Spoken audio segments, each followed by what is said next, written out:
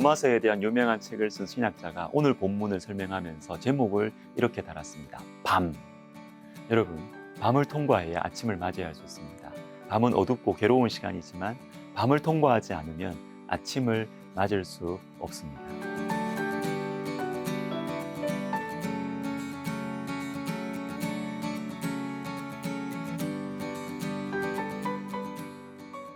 아침을 맞이하는 길에 있는 이 밤이 무엇일까요? 죄의 밤이죠.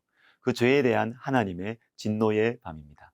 로마서 1장 8절을 보시면 하나님의 진노가 불의로 진리를 막는 사람들의 모든 경건하지 않음과 불의에 대하여 하늘로부터 나타나나니. 자, 출애굽을 할 때 그 어두운 밤에 하나님의 진노가 임하신 것처럼, 그리고 그 진노의 밤을 두려워하는 자들만이 문의 좌우 임방 문설주에 어린 양의 피를 발랐던 것처럼, 이 죄악의 밤, 하나님의 진노의 밤을 통과하는 사람들, 그 하나님의 진노를 거만한 머리의 끄덕거림으로가 아니라 내 삶에 실제적으로 다가오는 현실로 두려워하는 사람들, 그래서 나의 이 밤을 해결해 줄 구원의 아침을 간절히 간구하는 사람들에게만 구원의 아침은 선물로 주어지는 것입니다.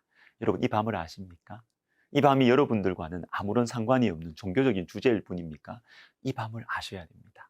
그리고 이미 아침을 맞이한 사람들은 내가 밤을 통과했다는 것을, 내가 처음부터 낮이 아니었다는 것을, 내 삶이 처음부터 따뜻하지 않았다는 것을 잊으시면 안 되는 것이죠. 하나님의 진노가 실체로 다가오는 자들에게 하나님의 구원도 실체로, 감격으로, 영광으로 다가오는 것입니다. 20세기 중후반에 귀하게 쓰임받은 라브리 공동체 프란시스 셰퍼 목사님은 진정한 영적 생활이라는 책에서 이렇게 말합니다. 인생에 대한 이해는 현재의 세상이 비정상적이라는 이해에 기초한다. 비정상, 이 비정상 상태는 삶의 모든 영역에 미치고 있다. 여러분, 우리가 살아가는 현재의 세상은 비정상입니다. 우리가 포함되어 있는 이 세상은 정상이 아닙니다. 하나님으로부터 멀어져 있고 하나님의 다스리심을 거부하고 있어요. 이 사실을 인정해야 인생과 세상을 이해할 수 있습니다. 이 비정상 상태를 보고 성경은 죄라고 말합니다. 여러분, 죄에 대한 이야기를 많이 하는 것이 우리를 우울하게 만드는 것이 아니에요.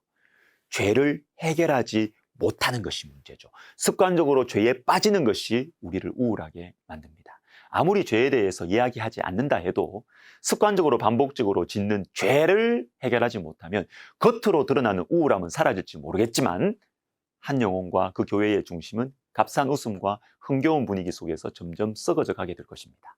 나 자신 속에 깊이 뿌리 박혀 있는 이 죄성, 그리고 다른 모든 사람들 가운데 있는 이 죄에 대한 깊은 인식이 우리로 하여금 하나님의 구원을 더 의지하게 만들어요. 그리고 어떠한 비극에 대해서도 우리는 여유를 가질 수 있고 인간을 향한 분노와 지나친 판단을 중단할 수 있습니다. 모든 인생은 극도의 죄인이기 때문에, 물론 죄에 대하여 묵상을 할 때 우리 영혼의 우울함, 그 영혼의 밤이 찾아올 수 있어요. 그러나 여러분, 그럴수록 하나님의 구원을 바라보십시다.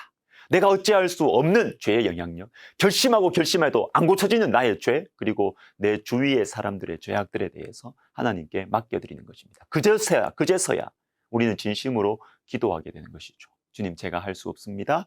제가 고칠 수 없습니다. 1장 18절에서 거룩하신 하나님께서 진노하시는 이유를 진리를 막는 사람들의 모든 경건치 않음과 불의라고 말씀하고 있습니다.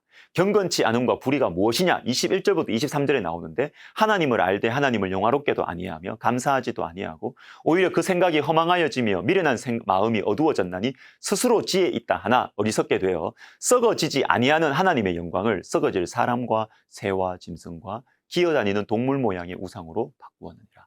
이게 하나님의 진노의 이유인데, 이 세 절의 말씀 속에서 우리 영혼이 어떻게 부패되어 가는지를 알 수 있습니다.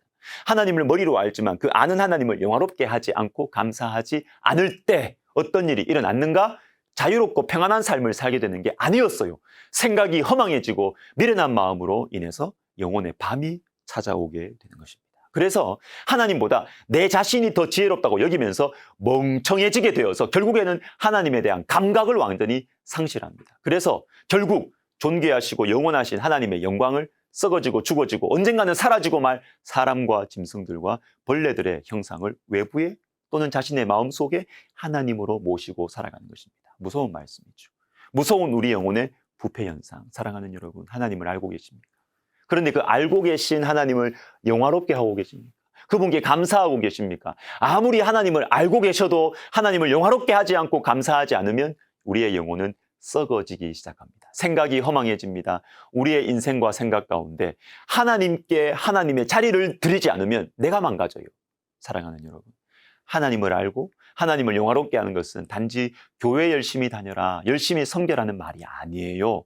하나님을 알아도 그분을 영화롭게 하지 않고 감사하지 아니하면 우리 영혼이 부패해지기 시작한다는 것입니다. 가슴이 아플 때가 있습니다. 은혜 받고 하나님을 알아가다가 세상의 유혹과 시험에 빠져서 성도의 길을 버리고 자신의 생각과 욕망을 따라 살아가는 사람들, 나중에 어디에선가 만나보면요, 그 영혼이 참 많이 망가져 있더라고요. 참 많이 황폐해져 있는 걸 보게 돼요. 마치 비싼 명품 핸드백에 더러운 쥐가 우글거리고 있는 것 같아요. 멋있어 보여요. 자유롭게 보여요. 그러나 그 모습 속에 끝을 알 수 없는 불안함과 분노와 비참함이 있습니다. 사랑하는 시청자 여러분, 여러분의 영혼은 소중합니다. 하나님을 아십시오. 힘써 하나님을 아십시오. 그러나 아는 것에서 그치지 마십시오. 그분을 영화롭게 하시고 그분께 감사하십시오. 여러분의 영혼은 썩어지면 안 되니까요. 그리스도 안에 있는 것이 얼마나 존귀하고 귀한지를 참 우리가 잘 모를 수 있습니다. 어떨 때는 좀 지겹기도 해요. 내가 또 너무 무능한 것 같기도 해요. 그러나 그리스도 안에 계시기 바랍니다. 좀 더디고 무능한 것처럼 보여도 어떻게 하면 하나님 영화롭게 할 수 있을까? 어떻게 하면 하나님께 감사할 수 있을까? 이걸 고민하고 기도해 보세요. 우리의 영혼이 썩지 않고 살아날 것입니다. 기도하겠습니다.